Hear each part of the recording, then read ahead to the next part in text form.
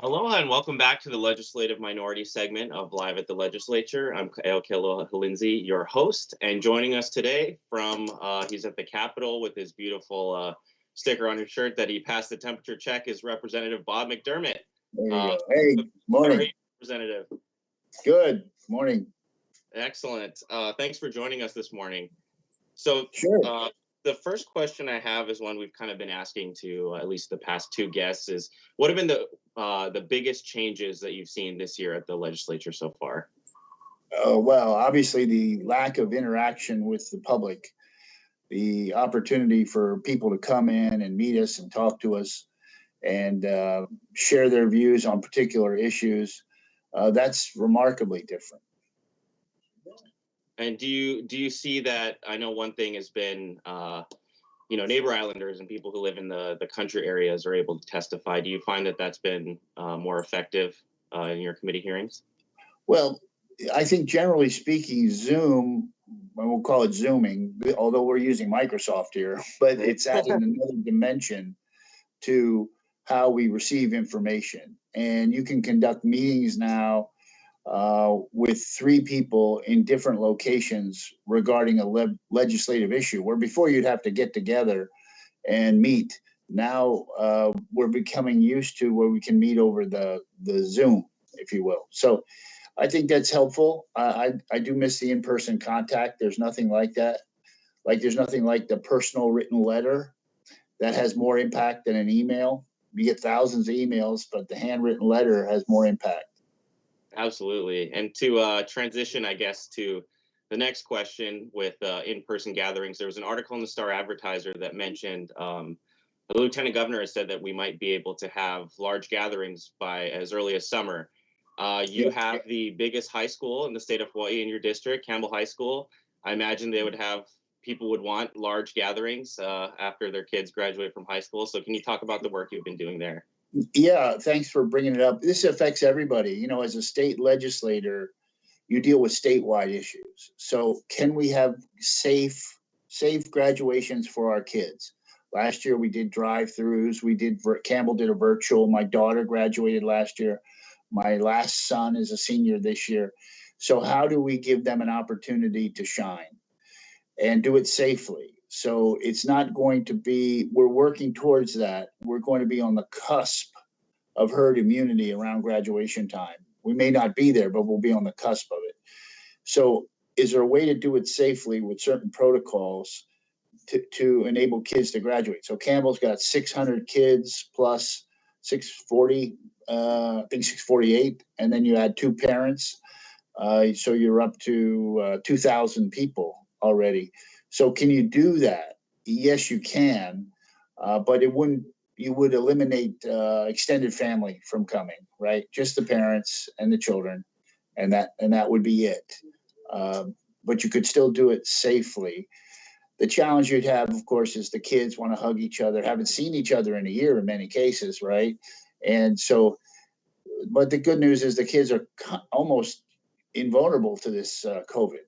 So it's the older people my age, the parents, and some of the administrators and faculty who may be susceptible. So to protect them, certainly you could opt out. And how do you get your arms around that? So we're meeting with some people to see how we can move that forward.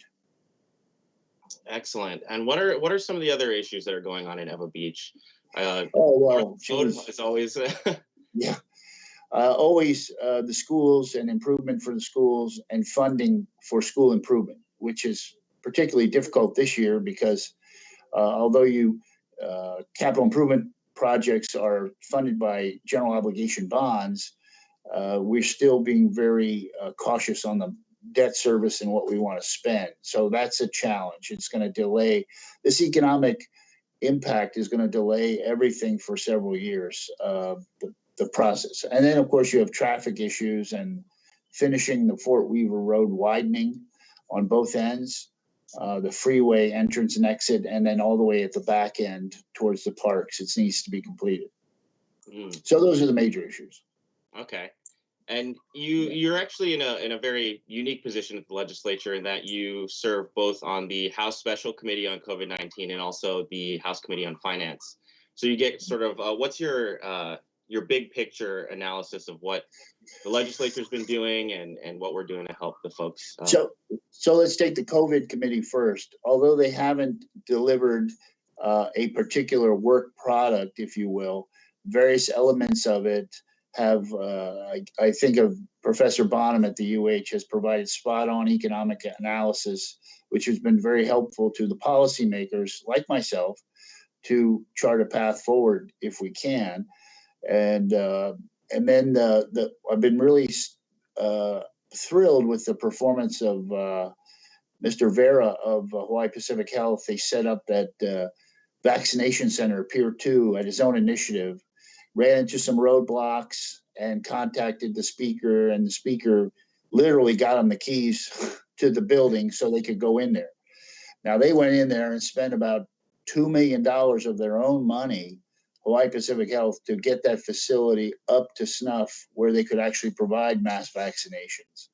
So those are the kind of things that the public doesn't read about, but it's very important to know these things just don't happen overnight. And that was the private sector who initiated that and stepped up to the plate. And they have been the leaders in the medical field as far as with regard to this COVID. The state has Department of Health has kind of lagged behind, been more of a follower instead of a trailblazer. And of course, they've lost a director, a deputy director. So they've had a lot of turmoil in the last year. Yeah, absolutely. No, the challenging and unprecedented times continue. Another question that I think we've been asking for the past couple of times is just a message of hope. So what brings you optimism for the rest of this year and just for the rest of this legislative session? Oh, good question. I think the pace of vaccinations is going to increase. Everybody's pushing for it. And I think with that being the case, we can really look forward to around June, we can have graduations, or the end of May. We can have high school graduations, and that would be the first major signal of a return to normalcy. I think that's what we're looking for. You can already see Alaska drop their travel restrictions where you had to get a COVID test. So we're still very cautious and safe, but we're on the cusp of this herd immunity, if you will, or the vaccinations of so many people who are vulnerable. We should be okay. Absolutely. Lord willing, it's definitely exciting to see the light at the end of the tunnel, hopefully summertime and all that. So we are just about out of time. Representative McDermott, thank you for joining us. A quick conversation. Thanks again to the folks at Olelo and the folks at home for joining us. We will see you next week. Aloha. Thank you.